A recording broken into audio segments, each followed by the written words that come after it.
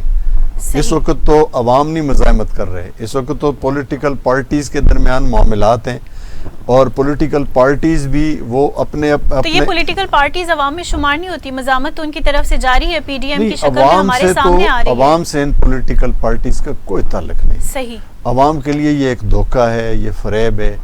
عوام کے لیے تب ہوتا کہ عوام میں سے ان کے ممبرز ہوتے عوام ان کو ووٹ دیتے ان کی پارٹی کی جو اچھا آپ یہ سمجھتے ہیں عوام میں سے ممبران نہیں ہیں ان کے؟ ہم یہ سمجھتے ہیں کہ یہ پیسے مال اور دولت اور ریاستی مشینری کی بنیاد پر ایک نظام ایسا مسلط ہم پر کر دیا گیا ہے کہ جو بظاہر جمہوری کہلاتا ہے لیکن جس میں جمہوریت کی ایک جھلک بھی نہیں ہے. ایک جھلک بھی نہیں. ایک جھلک اس لیے نہیں ہے کہ کوئی پارٹی ہمیں بتائے, کوئی پارٹی ورکر, پیپلز پارٹی کا ورکر زرداری صاحب کو مل سکتا ہے؟ نہیں. مسلم لیگ کا ورکر نواز شریف صاحب کو مل سکتا ہے؟ پی ٹی آئی کا ورکر عمران خان؟ ملنا تو بہت دور کی بات, جاتی عمرہ کی سڑک تک بھی پہنچ جائے تو بڑی بات ہے. یہ کیسی جمہوریت ہے پھر؟ اصل مسئلہ یہ ہے کہ یہ ایک ٹرائکا ہے اس ملک میں, سرمایہ داروں کا, جاگیرداروں کا اور اس ملک کی افسرشاہی کا, کہ جس نے اس ملک کے نظام کو مفلوج کر کے رکھا ہے. 73 سال ہو گئے اس ملک کو بنے ہوئے, اور 73 سالوں میں ہم کوئی اصلاحات نہیں کر سکے. 73 سالوں میں ہماری کیا ہونا چاہیے؟ ڈائریکٹ جمہوریت ہونی چاہیے. جمہوریت یہ ہے کہ ہر بندہ الیکشن لڑ سکے. انٹر پارٹی الیکشنز ہونے چاہیے. نہیں, ہاں انٹر پارٹی الیکشن ہونے چاہیے. پارٹی میں وہ اپنے ممبران کے انتخاب کی وجہ سے آئیں, اور دوسرا یہ کہ الیکشن میں ایک عام آدمی بھی الیکشن لڑ سکے. اب تو ایک عام آدمی تصور بھی نہیں کر سکتا. الیکشن کمیشن کی آپ نے بات کی, الیکشن میں جو اصلاحات کی بنیاد پر جو الیکشن رولز ہیں کہ بھئی اتنے سے زیادہ پیسے نہیں خرچ کر سکتے. ضابطۂ اخلاق کی بھی آپ نے بات کر دی. ابھی جو پاکستان پیپلز پارٹی ہے یا یہ جو پی ڈی ایم کا وجود ہے, ہم دیکھتے ہیں شارٹلی, اس کو جماعت اسلامی کس طرح سے دیکھتی ہے؟ Jamaat Islami is not a part of that P D M. تو کیا وجہ ہے, کیا محرکات ہیں کہ کیا پی ڈی ایم کی کوئی ایسی مطالبات ہیں جسے جماعت اسلامی ایگری نہیں کرتی؟ کیا اختلافات ہیں؟ پی ڈی ایم کا جو اتحاد ہے نا جی, وہ اس بنیاد پر وجود میں آیا ہے کہ پی ڈی ایم کی ساری قیادت احتساب کے شکنجے میں ہے, اور وہ احتساب کے شکنجے سے نکلنے کے لیے, نیب کو ختم کرنے کے لیے, احتساب قوانین کو ختم کرنے کے لیے ان کا اکٹھ ہے. نہ یہ عوام کے لیے ہے, نہ یہ جمہوریت کے لیے ہے, نہ یہ اس ملک کے لیے, ذاتی مفادات کے لیے ہے, اور ایک انتقام کی جنگ ہے. ہم یہ سمجھتے ہیں کہ خود پی ٹی آئی بھی اس کا بھی مسئلہ یہ ہے کہ وہ اس کے اندر جو جن کا احتساب ہونا چاہیے ان کا احتساب نہیں ہوتا, اس لیے کہ وہ دودھ کے دھلے ہیں, وہ صادق اور امین ہے, خواہ وہ پورا ملک لوٹ کے کھا جائیں. تو احتساب کو یک طرفہ بھی کر دیا گیا ہے, اور احتساب کو یک طرفہ کرنے کا مطلب یہ ہوتا ہے کہ اس پر سے عوام کا اعتماد اٹھ جائے, اور بنیادی طور پر یہ لوگ ایک جیسے ہوتے ہیں, آپس میں ملے ہوتے ہیں. نہ پی ٹی آئی ان کا احتساب کرنا چاہتی. کامن سی بات کی ہر عوام آپ کی یہی کہتی دکھائی دیتی ہے کہ بیچ سے سب ملے ہوتے ہیں, عوام کو یہ سامنے آ کے بے وقوف بناتے ہیں. بڑے ایک کامن سا جملہ ہے. دیکھیں جی, اس کی سب سے بڑی دلیل کیا ہے؟ اس کی سب سے بڑی دلیل آپ حیت دیکھیں اس وقت پی ٹی آئی کی. پی ٹی آئی میں پیپلز پارٹی والے شامل ہیں, نون والے شامل ہیں, کاف لیگ والے شامل ہیں, پی ٹی آئی شامل ہے, یہ چاروں ایک ہیں. یہ وہی لوگ ہیں جو نواز شریف کی حکومت میں بھی نظر آتے تھے, پیپلز پارٹی کی حکومت میں بھی نظر آتے تھے, کاف لیگ کی حکومت میں بھی نظر آتے تھے, مشرف صاحب کی حکومت میں بھی نظر آتے تھے. وہ سارے آج پی ٹی آئی میں اکٹھے ہیں. تو اس سے بڑی اور گواہی کیا ہے کہ عوام کے ساتھ ایک بڑا دھوکہ ہو رہا ہے. لیکن جو خان صاحب کا منشور ہے اس پہ بڑے ثابت قدم ہو کے عمل پیرا ہو رہے ہیں یہ لوگ سارے. دیکھیں جی, خان صاحب کا تو جو منشور ہے اس کا تبدیلی کا نعرہ لے کے آئے, جس چیز کی بات کرتے ہیں, جس چیز پہ کوئی انکوائری کمیٹی بٹھاتے ہیں, یا تو اس کا بحران شروع ہو جاتا ہے یا اس میں وہ تبدیلی کا دعویٰ کرتے ہیں. اسی طرح سینٹ انتخابات پہ بھی خان صاحب کہتے ہیں طریقہ کار تبدیل ہونا چاہیے. ان میں نے جی جو ہے نا وہ تبدیلی, اصل میں نا جی تبدیلی کا یہ ہوتا ہے کہ تبدیلی صرف نعرے کا نام نہیں ہوتا, تبدیلی عمل کا نام ہوتا ہے. صحیح. اور تبدیلی وہ لوگ لے کر آ سکتے ہیں کہ جن کا مفاد اس نظام سے وابستہ نہ ہو, جو اپنے مفادات سے بالا ہوں, جو عوام میں رہتے ہوں, عوام جیسی زندگی گزارتے ہوں, جو محلات میں رہنے والے لوگ ہیں اور جن کی جم پل اس کی ہے, جو سونے کا چمچہ لے کر منہ میں پیدا ہوتے ہیں. وہ کیا تبدیلی لے کر آئیں گے؟ تبدیلی اس ملک میں یہ ہے کہ مہنگائی ہے, بے روزگاری ہے, ظلم ہے, ناانصافی ہے. آپ تبدیلی آپ دیکھ لینا کہ اس حکومت نے آج تک تبدیلی کے حوالے سے کیا اصلاحات کی ہیں. الیکشن کو دیکھ لیں, الیکشن کی اصلاحات کرنے کے بجائے وہ چلے گئے, ایک آرڈیننس لے آئے اور سپریم کورٹ میں چلے گئے. الیکشن کی اصلاحات تو یہ تھی کہ بھئی آپ جو سینٹ کا الیکشن ہے اس کو عام ووٹر کے ذریعے, عام ووٹر اس میں ووٹ ڈالتا, ممبران کو اس کا حق نہیں ہونا چاہیے. ہم یہ سمجھتے ہیں کہ اصلاحات یہ ہیں کہ اور وہ اس میں شفاف بھی ہو سکتا ہے. پھر اگر اس میں نظام, اگر سسٹم ٹھیک ہو تو اس میں زیادہ پھر گڑبڑ کے امکانات جو ہے نا وہ ظاہر ہے کہیں 48 ممبر اور کہیں 20 ممبر اور کہیں 8-10 ممبر خریدنے آسان ہوتے ہیں اور کروڑوں عوام کو خریدنا مشکل ہوتا ہے. تو عوامی رائے جو ہے نا صوبوں کی برابر نمائندگی کی بنیاد پر سینٹ کا ہاؤس ہے. صحیح. اچھا شمس الرحمان سواتی صاحب, ہم واپس اسی طرف آئیں گے. Free and fair election network نے 8 حلقوں میں ضمنی انتخابات پر اپنی رپورٹ باضابطہ طور پر جاری کر دی ہے. اس رپورٹ میں کیا کہا گیا ہے اس حوالے سے بات کریں گے. ہمیں ٹیلی فون لائن پر جوائن کیا ہے مدثر صاحب نے, جو کہ سی ای او ہیں فین کے. السلام علیکم مدثر صاحب, بڑی امپورٹنٹ یہ رپورٹ اس کا اجرا کیا گیا ہے فین کی جانب سے. کیا کہہ رہی ہے یہ رپورٹ, ہمیں بتائیے گا, ہمارے ناظرین کو بتائیے گا.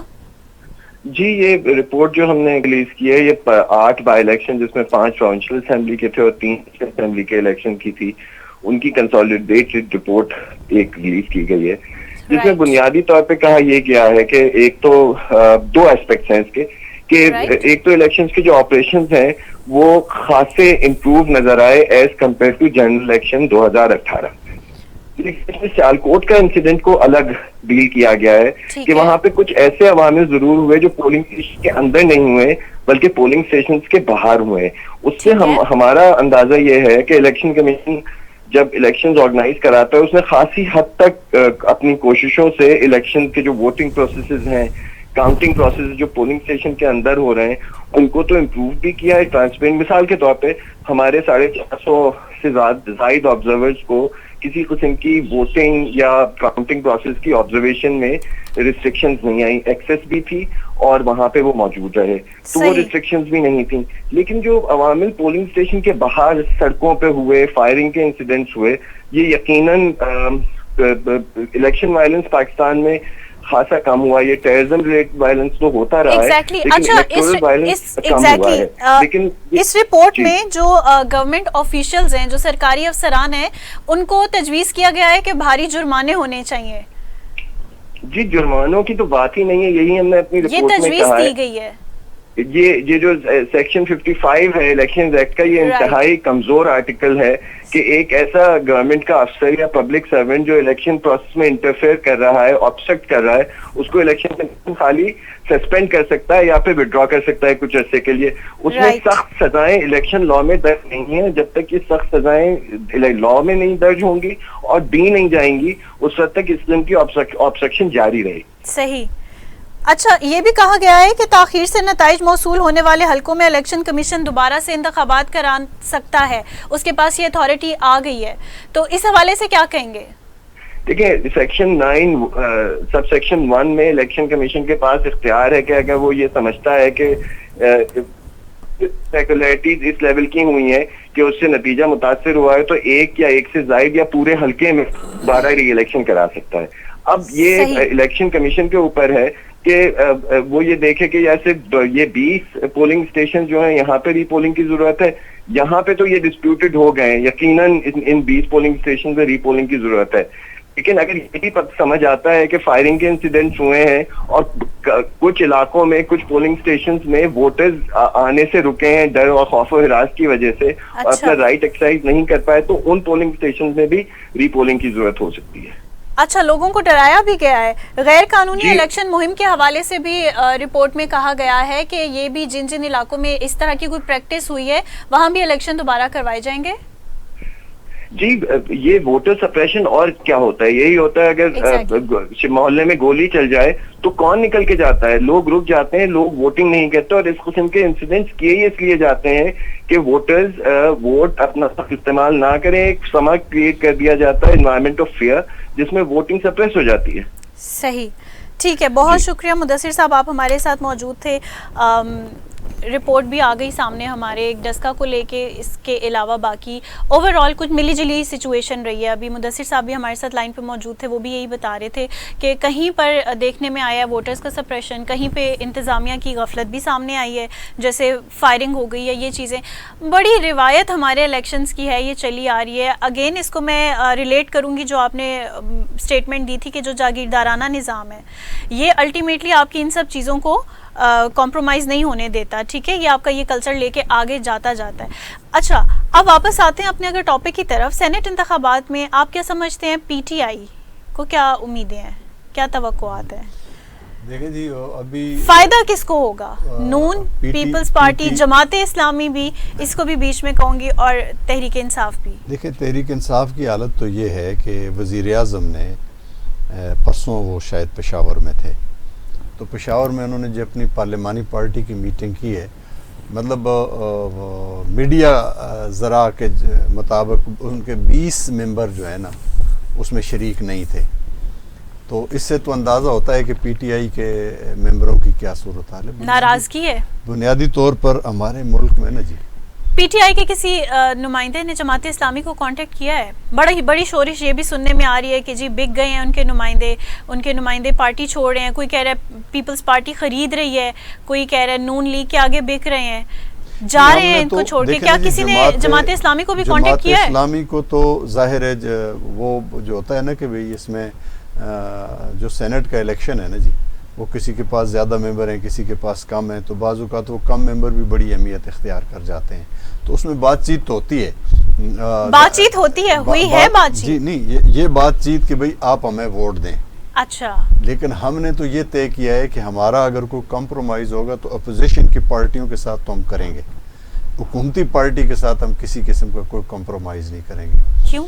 ہم ووٹ کے لین دین کا اوکے، کہ بھئی ہمیں اپنے سینٹ کے کینڈیڈیٹس کے لیے جو ممبر جو پی ڈی ایم کے کینڈیڈیٹ کے اس میں ہو سکتا ہے کچھ، یعنی ہماری جو صورتحال ہے وہ یہ ہے کہ ہم پی ڈی ایم کے ساتھ ووٹ کا تبادلہ کر سکتے ہیں. ہم اپنا ووٹ انہیں دیں اور ان کا اپنے لیے لیں، لیکن حکومت کے ساتھ ہمارے دروازے بند ہیں. بالکل بند ہے، کوئی آپشن نہیں ہے. اس لیے خان صاحب کو خاصا ٹف ٹائم ملنے لگا ہے. خان صاحب کی حکومت جو پہلی حکومت ان کی قائم ہوئی تھی 2013 کے الیکشن کے نتیجے میں، وہ جماعت اسلامی کی وجہ سے قائم ہوئی تھی کے پی میں، اور کے پی میں اس حکومت کی بیسٹ کارکردگی تھی، اور اس حکومت کی بیسٹ کارکردگی ہمارے 3 وزارتوں کی وجہ سے تھی: وزارت خزانہ، وزارت بلدیات اور وزارت عشر و زکوٰۃ اور مذہبی امور. یہ 3 وزارتیں ہمارے پاس تھیں.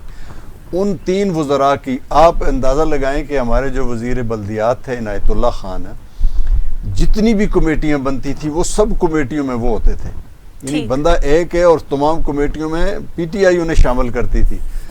لیکن نتیجہ اب اس کے بعد جب 2018 کا الیکشن ہوا تو کے پی میں پی ٹی آئی کو 2/3 اکثریت حاصل ہے، لیکن کے پی میں ڈیلیوری کا یہ عالم ہے کہ وہ وزیر اعلیٰ صاحب یا سوات ہوتے ہیں یا پشاور ہوتے ہیں، یا سوات ہوتے ہیں یا پشاور ہوتے ہیں. انہیں آپ جا کر ذرا پشاور کی صورتحال دیکھ لیں کہ پشاور میں صفائی کی صورتحال بہت خراب ہے. پشاور میں اس کی ہر حوالے سے انتظامی صورتحال. آپ ایک ہڈن قسم کی تحریک عدم اعتماد پیش کرنا چاہ رہے ہیں عمران خان کے لیے؟ دیکھیں جی، ہمیں تو پورے نظام پر ہمارا تو جو عدم اعتماد ہے نا جی، وہ تو اس پورے پولیٹیکل سسٹم پر عدم اعتماد ہے ہمارا. یہ سارا پولیٹیکل سسٹم ان جاگیرداروں کو، ان سرمایہ داروں کو، افسر شاہی کو، یہ جو ٹرائکہ ہے، یہ مفادات کا ٹرائکہ ہے، یہ ایک دوسرے کو تحفظ دیتے ہیں. آپ دیکھیں نا، احتساب کا نعرہ ہم سنتے سنتے پک گئے. اس ملک میں جتنی بھی حکومتیں برطرف ہوئی ہیں کرپشن کے الزام میں برطرف ہوئی ہیں، لیکن کیا لیکن خان صاحب کی حکومت پہ اس طرح کا کرپشن کا کوئی ایسا کیس ایسا پروف نہیں ہوا یا کوئی ایسا ایویڈنس ملا نہیں ہے؟ خان صاحب کی حکومت میں کرپشن کے ریٹ پہلے سے بڑھ گئے ہیں. آپ ذرا پٹواری کے پاس چلے جائیں، آپ تھانے میں چلے جائیں، آپ کسی کام کے لیے، لیکن نیب کی بڑی تعریف ہوئی ہے، سرکاری دفتر میں چلے جائیں. نیب ہمارا بہت فعال کردار ادا کر رہا ہے. دیکھیں جی، نیب کی تعریف تو نیب کو آزاد نہیں سمجھتے. بنیادی طور پر میں یہ سمجھتا ہوں کہ نیب پر کوئی مانیٹرنگ نہیں ہے، نیب کہیں جواب دہ نہیں ہے. نیب جو چاہتا ہے، تو کیا یہ اچھی بات نہیں ہے کہ یہ کوئی تو ادارہ ہے جو آزاد ہے اپنی پرفارمنس کے لحاظ سے؟ دیکھیں جی، پرفارمنس کا کوئی آڈٹ تو ہونا چاہیے نا. صحیح، پرفارمنس کا وہ آڈٹ تو ہونا چاہیے کہ وہ خرچ کیا کر رہے ہیں اور حاصل کیا کر رہے ہیں. مطلب آپ براڈ شیٹ کا جو ایشو آ رہا ہے، براڈ شیٹ کے ایشو پہ اس کو ذرا آپ دیکھیں تو اس میں تو خود یعنی وہ ساری معلومات جو براڈ شیٹ نے دی ہیں، وہ ساری معلومات جو نیب نے اپنی انکوائری میں دی ہیں براڈ شیٹ کو دے دی گئی ہیں، اور براڈ شیٹ نے اپنی رپورٹ میں اس کو دے دیا ہے، اور اس حوالے سے براڈ شیٹ 20% کا حقدار ہو گیا ہے، اور وہ 20% میں جو جنہوں نے معلومات دی ہیں وہ حصے دار ہیں. صحیح. وہاں کرپشن میں ڈویژن آف ویلتھ ہو گئی.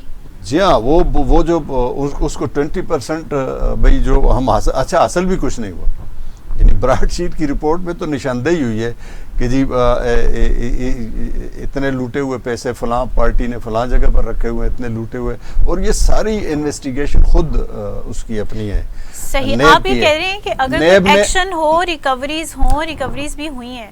میں یہ کہتا اربوں کی ریکوریز کی ہیں نیب نے. جو نیب کے لوگ ہیں نا جی, وہ بذات خود احتساب کے قابل ہیں, وہ کسی احتساب کے عمل کو نہیں چلا سکتے.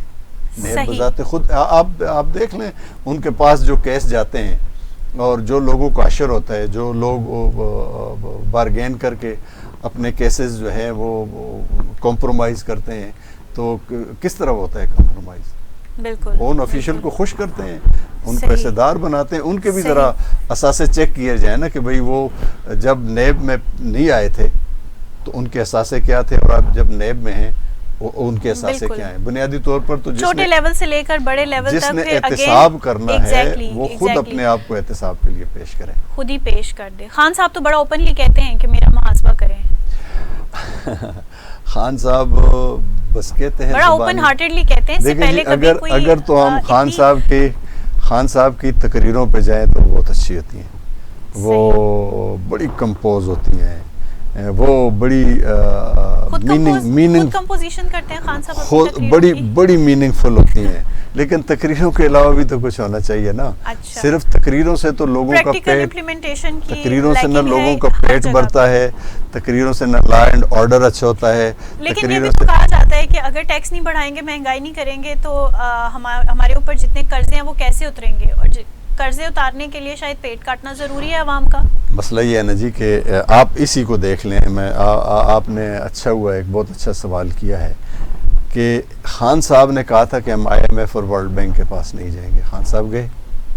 خان صاحب لیکن روایتی وہی بات آ گئی کہ جی پچھلی حکومتوں کا کیا دھرا تھا جو ہمارے سر پہ آیا, انہوں نے زیادہ قرضہ لیا. دیکھیں نا معیشت میں ہمارا مسئلہ کم لینا چاہیے تھا, نہیں لینا چاہیے تھا. معیشت میں ہمارا مسئلہ جو ہے نا جی وہ سود ہے. صحیح, ہم سود پر جو قرضہ لیتے ہیں, ہم سود اور قرضے کی ادائیگی میں اپنے بجٹ کا, جو بجٹ جس کی آمدن ہمارے اخراجات سے کم ہوتی ہے, اس بجٹ کا 47% سود اور اس کی ادائیگی میں دیتے ہیں. اچھا, اب 19% ہم اس میں ڈیفنس میں دے دیتے ہیں. پیچھے ملک کے لیے کیا بچتا ہے, عوام کے لیے کیا بچتا ہے؟ تعلیم, اسپتال, ایک مہینے میں 4 مرتبہ پیٹرول کے نرخ بڑھا دینا, پیٹرولیم پرائسز وہ سارے براہ راست عوام کے لیے یہ بچ جاتا ہے. چینی کا بحران, گندم کا بحران. اس ملک میں 20 لاکھ لوگ انکم ٹیکس دیتے ہیں, اور براہ راست ہر آدمی ٹیکس دیتا ہے, جو ماچس خریدتا ہے, جو دال خریدتا ہے, جو چینی خریدتی ہے, اس پہ وہ 30 سے 35% ٹیکس دیتا ہے. اب وہ دیہڑی دار مزدور کے جو 100 روپے کماتا ہے یا 500 روپے کماتا ہے, وہ بھی ٹیکس دیتا ہے. اور اس ملک کا جو اشرافیہ ہے وہ ٹیکس نہیں دیتا. خود عمران خان صاحب ریکارڈ پر موجود ہیں کہ اس ملک میں ایسے ٹیکس پوٹینشیل لوگ جو ٹیکس نہیں دیتے, اگر وہ ٹیکس دیں تو 10,000 ارب کا ٹیکس جمع کیا جا سکتا ہے.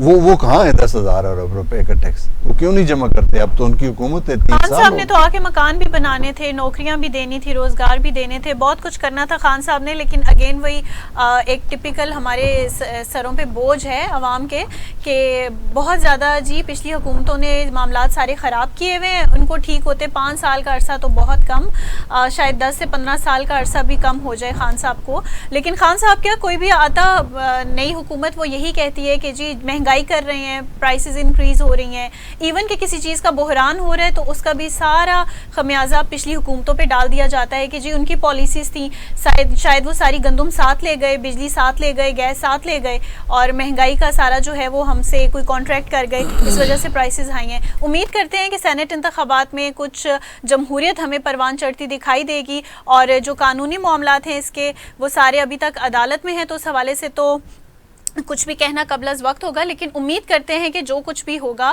وہ ایونچولی ڈائریکٹلی اور انڈائریکٹلی اس کا فائدہ عوام تک ضرور پہنچے گا.